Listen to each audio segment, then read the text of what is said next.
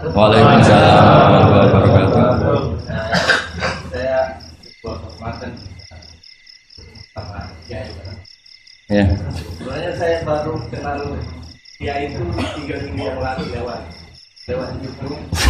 Ya. Ada yang kirim di FB saya, walaupun dengan komentar yang agak mirip lah. Iya. Kalau nggak salah waktu itu Pak Kiai membahas masalah perang Khandaq, yang mengatakan bahwa Nabi itu waktu itu satu saja, tidak tahu apa-apa, tapi ada Salman yang menyampaikan ini.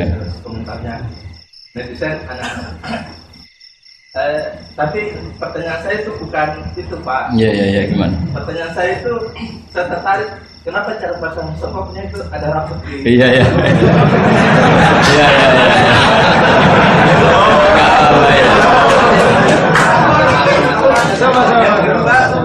Yang kedua, sebenarnya hal umum.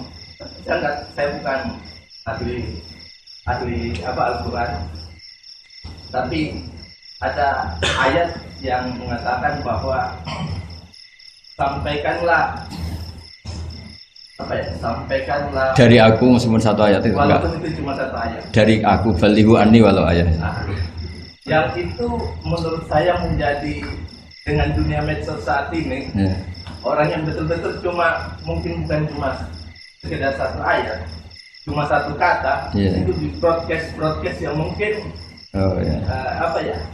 memacu perdebatan. Makanya ini begini, namanya siapa? Sulaiman. Begini aja, ini saya jawab. Tapi ini ringan, sama relax saja, santai.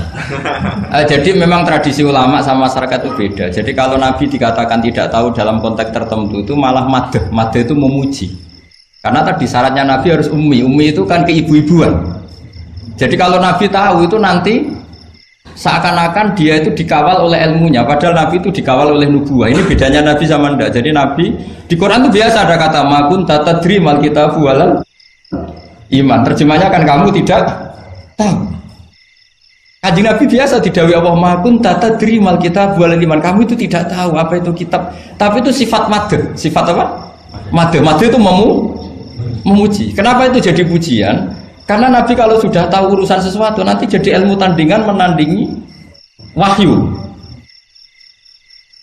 Lah mungkin netizen nyuwun sewu, bukannya ngeritik, bukannya apa, mungkin nggak paham tradisi ulama itu. Jadi kalau ulama bilang Nabi itu tidak tahu, itu bukan sifat dzam tapi sifat madh, memuji. Di Quran banyak kalimat makun tatadri mal kitabu walal iman. Makanya Nabi ketika disuruh baca Iqra ya Muhammad, jawabnya gimana? Saya tidak bisa baca. Tapi bukan sifat buruk, justru bagus. Kalau Nabi bisa baca, ilmunya nanti dikira beliau belajar dari buku-buku, dan itu dia jadi Nabi. Wah, itu memang bacanya banyak. Clear ya ini ya, supaya nggak salah paham. Jadi dikatakan tidak tahu kalau Nabi itu bagus, madh. Nggak bisa baca juga madh, sifat pujian. Kalau kamu udah bisa baca, buruk sekali. Itu jelas. Ya kan, tahu semua kan, ketika Nabi disuruh baca bilang apa? Saya tidak bisa baca, tapi itu bagus. Karena semuanya biar karena wah. Ya, soal gaya peci saya ini Islam khas, ya khas ini.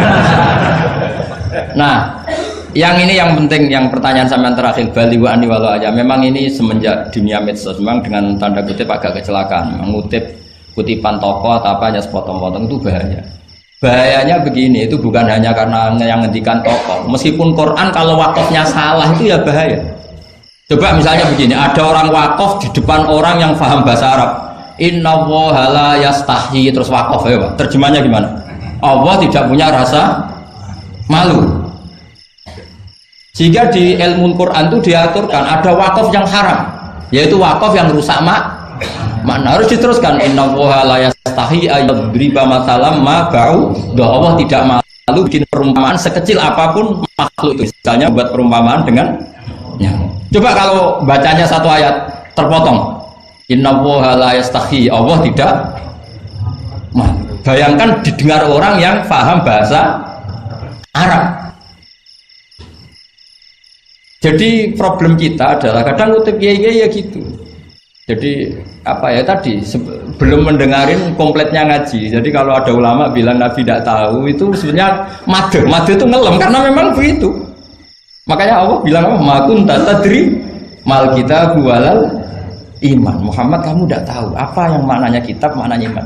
Tapi nggak tahu ini untuk Nabi kelebihan karena kalau Nabi tahu dulu berarti ilmunya sebagian diserap dari Taurat dan Injil dari yang macam-macam. Makanya dulu orang kafir kalau ngeritik Nabi kan walaqad na'lamu annahu yaquluna innama yu'allimuhu basar. Muhammad pinter macam pernah belajar. Terus Allah menjawab Muhammad itu enggak pernah belajar, bahkan baca saja tidak. Jadi kalau Nabi dikatakan enggak bisa baca, enggak tahu itu madh. Saya ulang lagi untuk Nabi itu madh. Sehingga semua yang dilakukan Nabi in huwa illa wahyun yuha, semua hanya berdasar wahyu. Ini bedanya Nabi dengan selain Nabi.